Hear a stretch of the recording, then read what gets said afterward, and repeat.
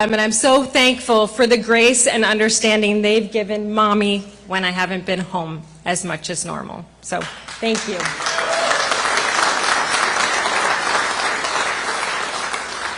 I'm doing this for you girls and every child in Michigan to make sure the next 4 years are filled with opportunities and not locked classrooms and massive grocery bills.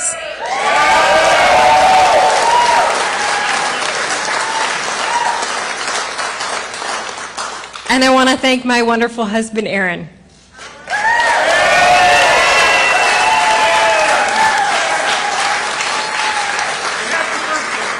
Thank you for all the support you provided to me and the girls and for putting up with a massive amount of estrogen in your life. And then, of course, my incredible mother, Catherine, who stands behind me.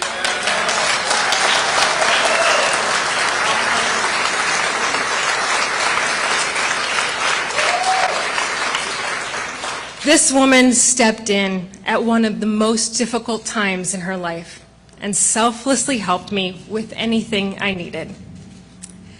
Daddy would be so impressed with what we've done together.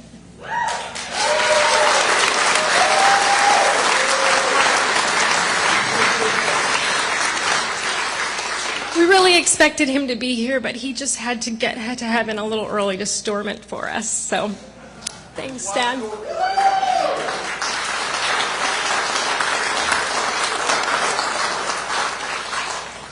And I would be nothing without my team.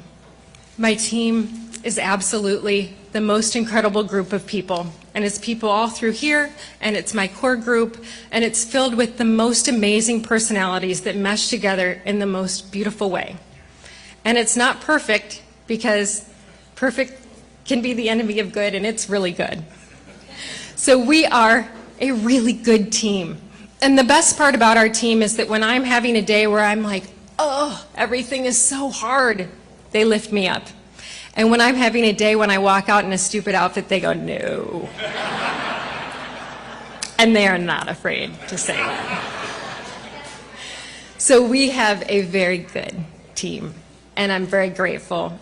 And I'm very grateful to every person that showed up today to vote.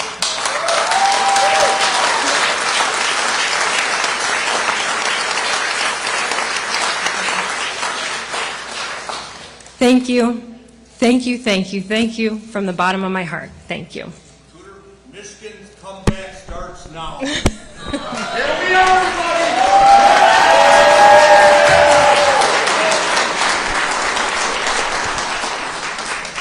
And of course, I want to say thank you to Ralph and to Ryan and to Garrett and to Kevin for running a very spirited campaign.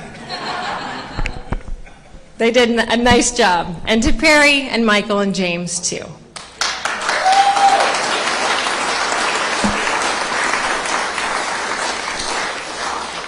I want to thank them for giving themselves in this effort to better our state, because I know where their heart is. And I know where their heart is tonight, and I'm so grateful that I had such amazing opponents. But tonight, it's not about any of us. It's about the moms and dads across this state who lost everything these last 4 years. It's about the parents in Grand Rapids whose kids Gretchen Whitmer locked out of their classrooms. And it's about the moms in Flint who would have gone to bat for their children and tried to catch them up and watched them helplessly fall behind while Gretchen Whitmer vetoed reading scholarships for their children. It's about the residents in Benton Harbor who Gretchen Whitmer ignored for years when they pleaded that their water was too contaminated for their children to drink. It's about the young family in Sterling Heights who can't afford their groceries anymore because of Gretchen Whitmer and Joe Biden's inflation. And it's about those union members in the Upper Peninsula who just want to go to work tomorrow to earn a paycheck, but they turn on the news every single night and they see Gretchen Whitmer's latest war on the energy that they need to do their job.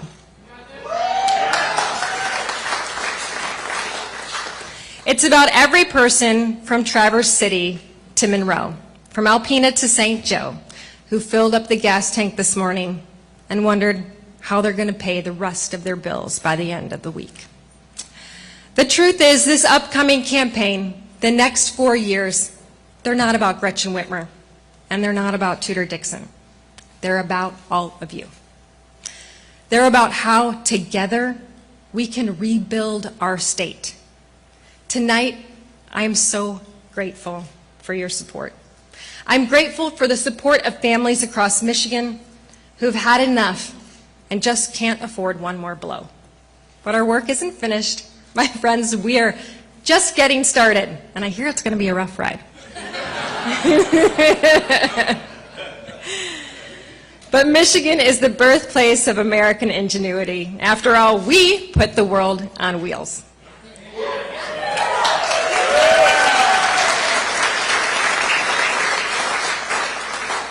We are the workers, the dreamers, the doers, but things have started to change, and it's not for the good. I've watched as our state, our people, have lost their jobs, their life savings, and their promised futures. I've talked to countless people who feel less safe in their communities and whose kids were locked out of their classrooms. It's unacceptable. And frankly, Michigan, we deserve better.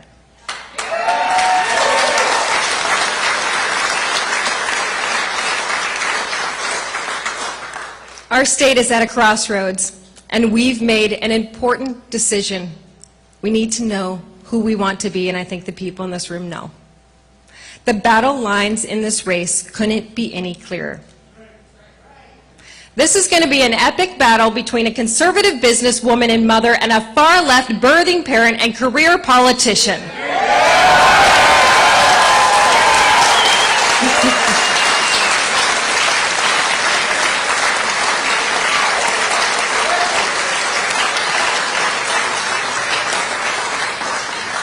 And now we have the opportunity to truly hold Gretchen Whitmer accountable for the pain she has inflicted on each and every one of us during the past 4 years.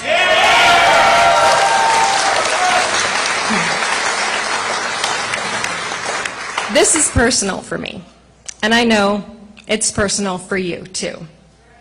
These aren't just policy disagreements. These aren't just silly old battles in Lansing. This has been our lives, our livelihoods, our families, our careers, our businesses, and our children, and you don't mess with the children.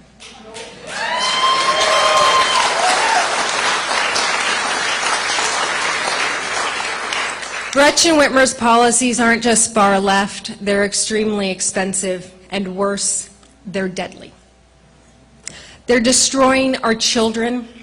When she locked the doors to every school in the state, she set up an entire generation of students for failure. We're still only beginning to understand the academic and emotional damage Whitmer's lockdowns did to our children. And when given the chance to help them catch up, Gretchen Whitmer vetoed scholarships to help those students get the learning help they needed. Too many kids have suffered for far too long. We've seen the impact at our home, and I know you've seen it at yours. Moms and dads have watched their children fall behind. They've watched the struggles with anxiety and depression. And they've worried about skyrocketing juvenile suicide rates. And far too many families, friends, and neighbors have buried their children. Gretchen Whitmer didn't just hurt our kids. Her policies are destructive for our workforce and our businesses as well. I visited with our restaurant owners, our barbers, our florists, and a long list of small business workers, business owners, and workers who were denied the ability to make a living because one person, Gretchen Whitmer, thought she knew better. I've talked with the men and women who've lost their jobs, closed their businesses because they couldn't make it work, and they had the Closed by Whitmer sign in their windows. The queen of lockdowns, she decided you were not essential. All the while, she let the criminals get away, stealing millions from our unemployment system when those who really needed it couldn't get it. Those have been the long 4 years of Gretchen Whitmer, and it's getting worse, not better. Whitmer has cheered the Biden policy while he's pushed us into a recession. Hear that word? Recession. She's been riding with Biden while he's been driving our economy into the ground. We've lost years of learning, we've lost our businesses, we've lost our life savings, and we've lost so much more. I want to tell you the story of a woman named Janet Dunleavy. Janet was an overcomer her entire life.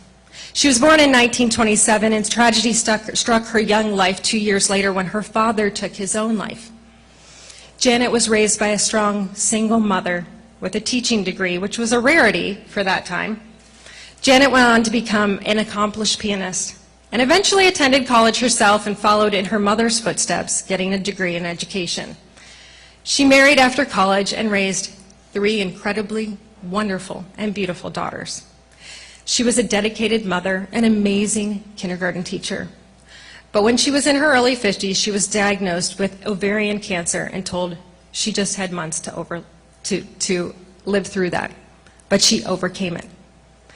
Later, her radiation treatments affected her joints, and she had to have both hips and both knees replaced.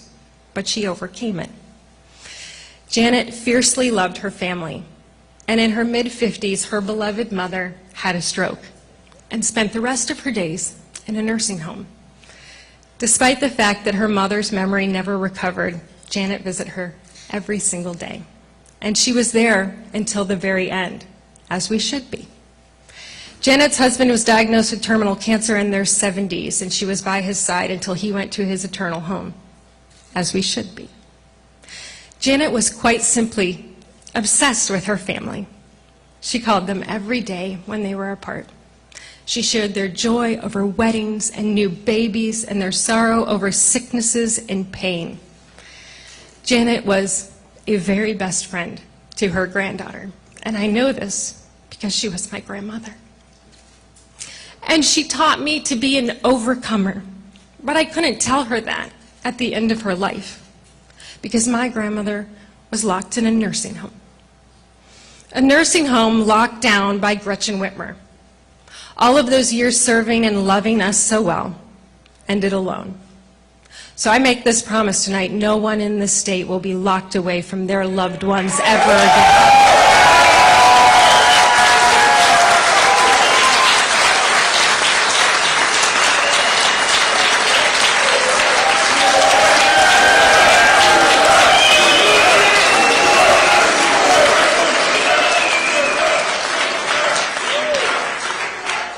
We have all suffered because Gretchen Whitmer's policies stopped us from doing what the people of Michigan do best, from providing for our families, strengthening our communities, working hard, and every day working to make Michigan the best place in the world to live.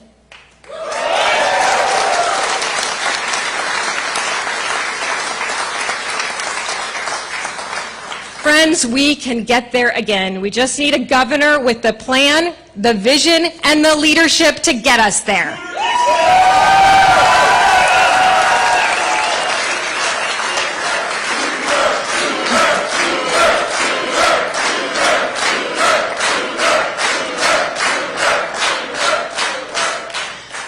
Mine is a vision of a family-friendly Michigan with good careers, better schools, safe communities, and roads you can actually drive on.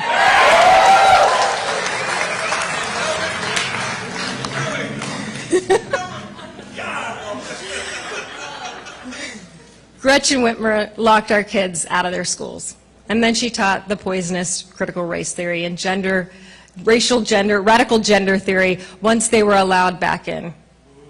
I want to keep our kids learning and give the parents the resources they need to get our kids caught back up from this time out of school.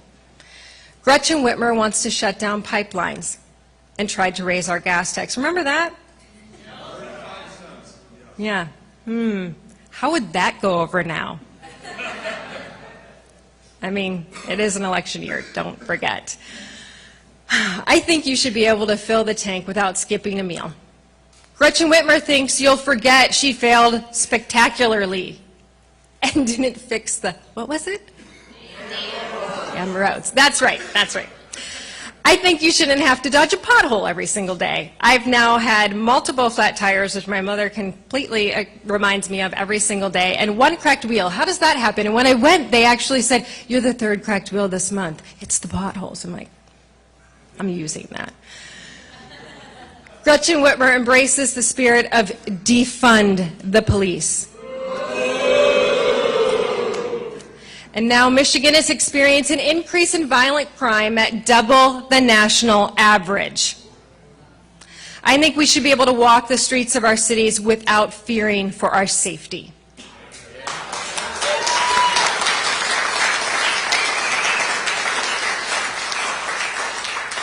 Gretchen Whitmer wants to keep subsidizing big universities with your tax dollars while they keep jacking up tuition on you. I think you should be able to get education and skills you need for a job without breaking the bank.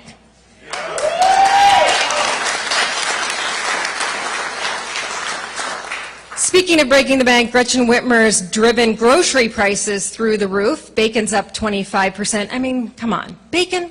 Everybody loves bacon. Don't even get me started on milk.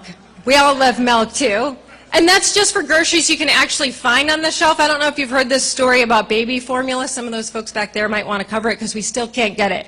They're like, oh, who needs baby formulas? Yeah, a lot of families. That's a family thing. Family first. Michigan, Whitmer doesn't get it. The truth is, she doesn't care. Instead of tackling inflation, Gretchen Whitmer is talking about anything but. Like President Biden, she's pretending no one will notice they've created, that word again, recession. If we pretend like there isn't one, maybe people won't notice. That's a hard thing to hide. But I know we can get our state back on track. That's not how we'll leave it better for our kids. That's not how we'll get from the bottom to the top 10, but we can. I'm under no illusion that it will be easy, and I'm going to need each and every one of you to keep after it, to keep fighting for this state that we love so much.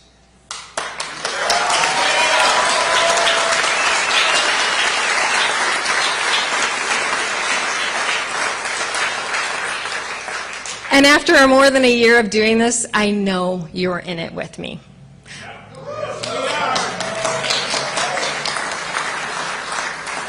I know a little something about tough battles. This primary is a little tough. I know it's not, don't get me wrong, I know what I'm going into. So I know that it's going to be tough, but I know what fighting and beating breast cancer was. That was tough. Running and growing a Michigan-based steel company as a woman, that was tough. Watching my Nana be locked away in a nursing home to die alone, that was tough. But as the saying goes, when the times get tough, the tough get going.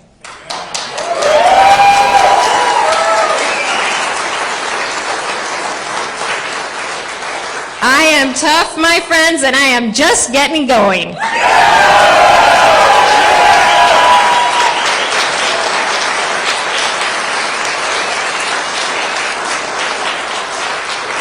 And if I know one thing, it's that all of you people are pretty darn tough, too. So now it's time, my fellow citizens. I want to make this a better state. And if we want a better state, we need a better governor. And tonight, I ask you to continue that discussion with me.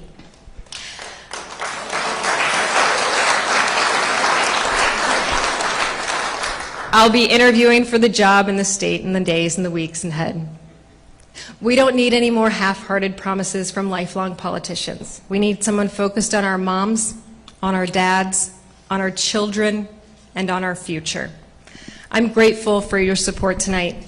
But this isn't about me, and it isn't about Gretchen Whitmer. It's about us. And making certain Michigan's brightest days are yet to come.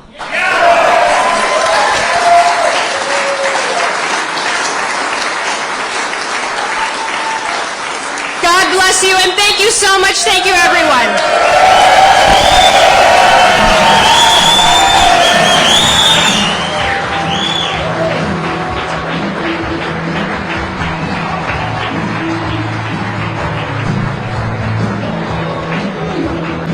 with